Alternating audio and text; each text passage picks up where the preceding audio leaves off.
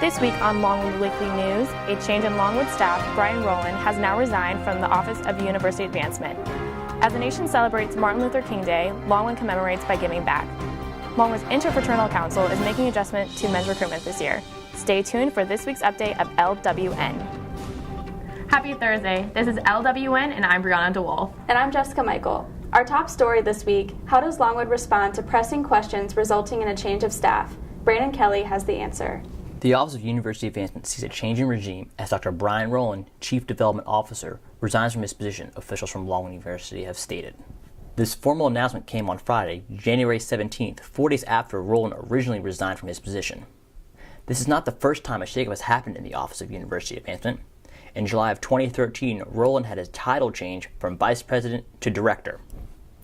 Longwood Weekly News tried to get into contact with the office, but were informed they were not yet at liberty to make a statement about the situation, and said to contact them later in the week and directed LWN to the President's office. The station reached out multiple times to the President's office until we got a response from Justin Pope, President Reevely's newly hired Chief of Staff and Princeton classmate. Pope said there would only be one statement from the President's office and no other responses would be made. Pope said that he would be speaking on behalf of the President's office and Franklin Grant. Pope went on to forward an email announcement that was sent to faculty and staff that stated, "Earlier this week, Brian Rowland chose to formalize his intent to look for the next step in his impressive career. With this change, Franklin Grant will assume the leadership of University Advancement as Senior Associate Vice President for Advancement." After receiving the statement, LWN went back to the Office of University Advancement to try to get a statement, but they refused to comment on what this means for the future of the department. With President Reevely stating in the past that he wants a more transparent administration, could this be a sign of things to come? For Longwood Weekly News, I'm Brandon Kelly. This past Monday was Martin Luther King Jr. Day. Jessica Beersley reports on how Longwood commemorated his legacy. Martin Luther King Day is a nationally celebrated holiday that encourages people to reflect upon and give back to their community.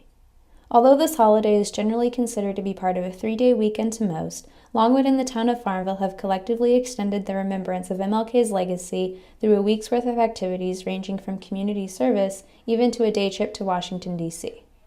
Courtney Addison, the interim director of diversity and inclusion, was in charge of formulating the week's events. We are going to go to the MLK monument, but we also are going to go to some of the other monuments as well. And we have some intentional reflection questions to get students to really think about the different monuments and how it, social justice and the fight that Dr. Martin Luther King led, how it affects us today, how we're still seeing those issues today. So it'll be very interactive and intentional throughout the whole process. And then we'll end at lunch. We'll have a reflection and debriefing over lunchtime before we head back. The focus for this year's celebration of Martin Luther King Day is to reflect on how much his legacy has left behind to influence the actions of others today. Even if students are not actively participating in the specific events, there are posters throughout Brock Commons highlighting key dates throughout the movement. It's something to take real inspiration from. So America is the world's great experiment in free and diverse society, and it's the lessons of Dr. King that give us the courage and inspiration to keep moving forward. Remembering him gives us a sense of the road traveled and also the road ahead.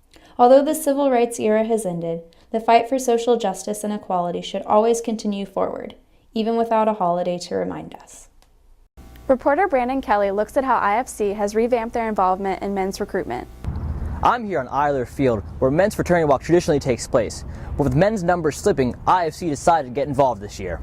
Over the past 3 semesters, the total number of participants rushing men's fraternities have only been in the low to mid-40s. This is a drastic change from semesters past, when the average number was about 60 to 70. Longwood Interfraternal Council President Montu Johnny explains how IFC is becoming more involved this year. Well, this year we actually have an IFC week, and we're getting all the chapter presidents to come out, participate, bring out all their brothers, just to show the community that IFC is a big part of the campus. And we're utilizing social media to a greater extent this semester too. Will Miles, Vice President of Recruitment, said that within the past week, numbers for men's recruitment has jumped from 29 to 49. He also hopes that with the help of the IFC, this will bring a new era for Greek life at Longwood University. I want Greek life to be not just about focusing on individual organizations. I want it to be a big unit that supports the entire campus in a positive way. With the hopes of increased numbers on Friday at Eiler Field in front of hundreds of people, the men participating in Rush will go to their respective fraternity. For LWN, I'm Brandon Kelly. Bedford Hall will be opening up a new photography exhibit in its main gallery titled India, a photographic exploration of place. The images on display were taken by Longwood students who traveled to various parts of the country during winter break. The exhibit will open Friday, January 24th from 4 to 5:30 p.m. in the main lobby of Bedford Hall. That sounds so interesting. I know, great way to kick off your weekend. Thanks for watching our first edition of Longwood Weekly News. Join us next Thursday. I'm Brianna DeWolf. And I'm Jessica Michael. Have a fantastic week.